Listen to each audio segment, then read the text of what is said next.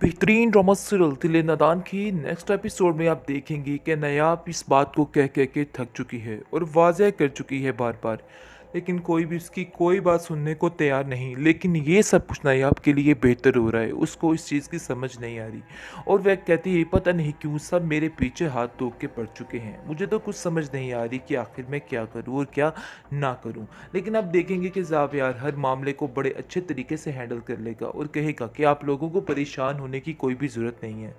मैं आपको ये साबित करके दिखाऊंगा कि मैंने कुछ गलत नहीं किया, बल्कि जो कुछ किया हमदर्दी की खातिर किया है। ये बात उसके अपने दिमाग में यानी कि बिठा लें। लेकिन आप देखेंगे कि नायाब कहती है कि नहीं, मुझे ये पता नहीं चल रहा कि आखिर मैं क्या करूं। वो अपनी दादी से कहती है कि मुझे समझ नहीं आ रही कि ऐसे अच्छे इंसान पर कोई कैसे तोहमत लगा सकता है।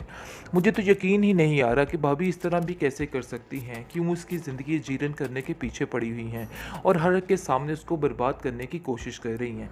जिसको सुनकर उसकी दादी कहती, तुम फिक्र मत करो, ज़ावियार बहुत ही नेक इंसान है और उसके साथ सब कुछ भला ही होगा। तुम्हें उसके लिए परेशान होने की कोई भी ज़रूरत नहीं है।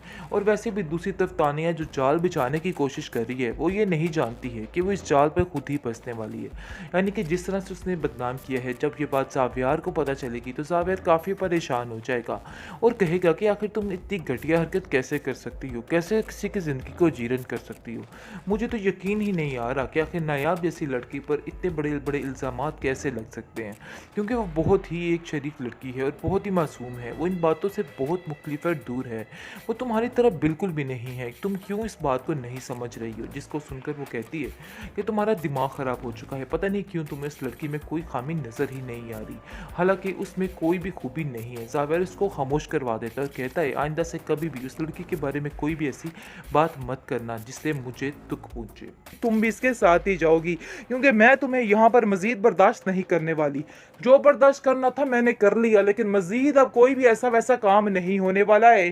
जिस पर आप देखेंगे कि वो कहती है कि मैं कहाँ जाऊंगी भाभी, आप अगर कैसी बातें कर रही हैं, ऐसा मत कीजिए, मैं बहुत अकेली हो जाऊंगी।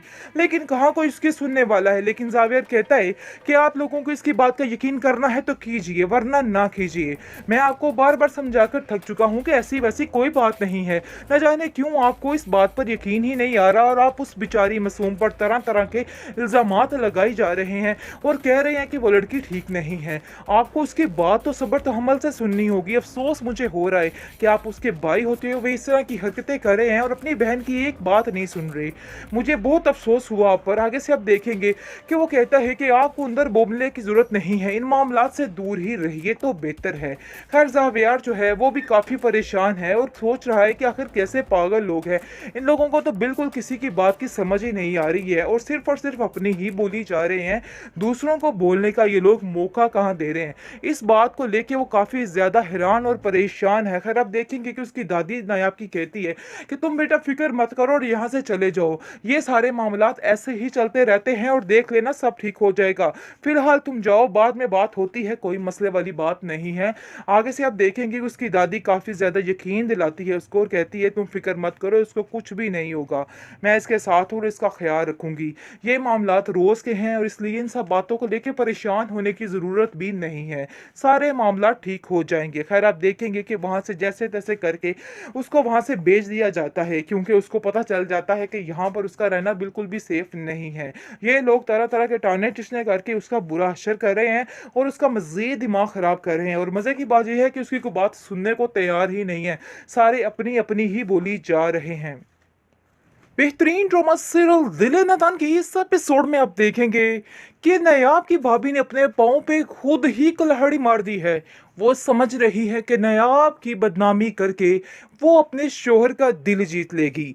ये नहीं पता कि उसके सारे ख्वाब पूरे होने वाले हैं, नायाब अपनी ज़िंदगी में खुश होने वाली है और उसको इसका साथ मिलने जा रहा है। क्योंकि ज़ावियार जैसे ही ये हालात देखता है, उसको अंदाज़ा तो था कि उसके साथ इस घर में क्या सलूक किया जा रहा है, किस कदर उसको जुटलाया जाता है और किस कदर दुटकारा जाता है।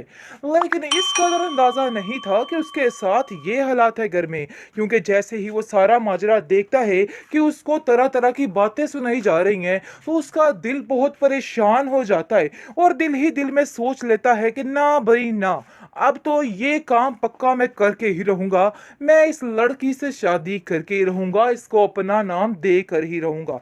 क्योंकि तरह-तरह की बातें बनाई जा रही हैं उसके बारे में। वो बंदा बेचारा उसकी मदद करने के लिए वहाँ को पहुँचा और उसने उसकी मदद क्या कर दी, बल्कि समझिए कि सब उसके खिलाफ हो गए।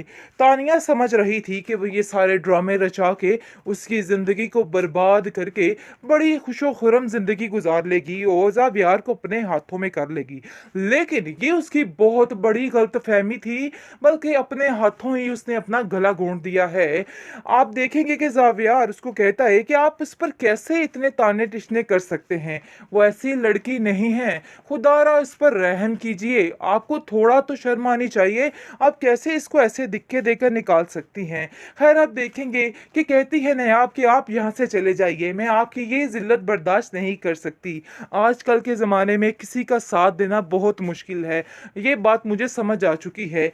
आप मेरी तरफ से फ़िक्र मत कीजिए, आप चले जाइए। लेकिन उसकी भाभी कहती है कि नहीं जी, तुम भी इसके साथ ही जाओगी, क्योंकि मैं तुम्हें यहाँ पर मज़ीद बर्दाश्त नहीं करने वाली।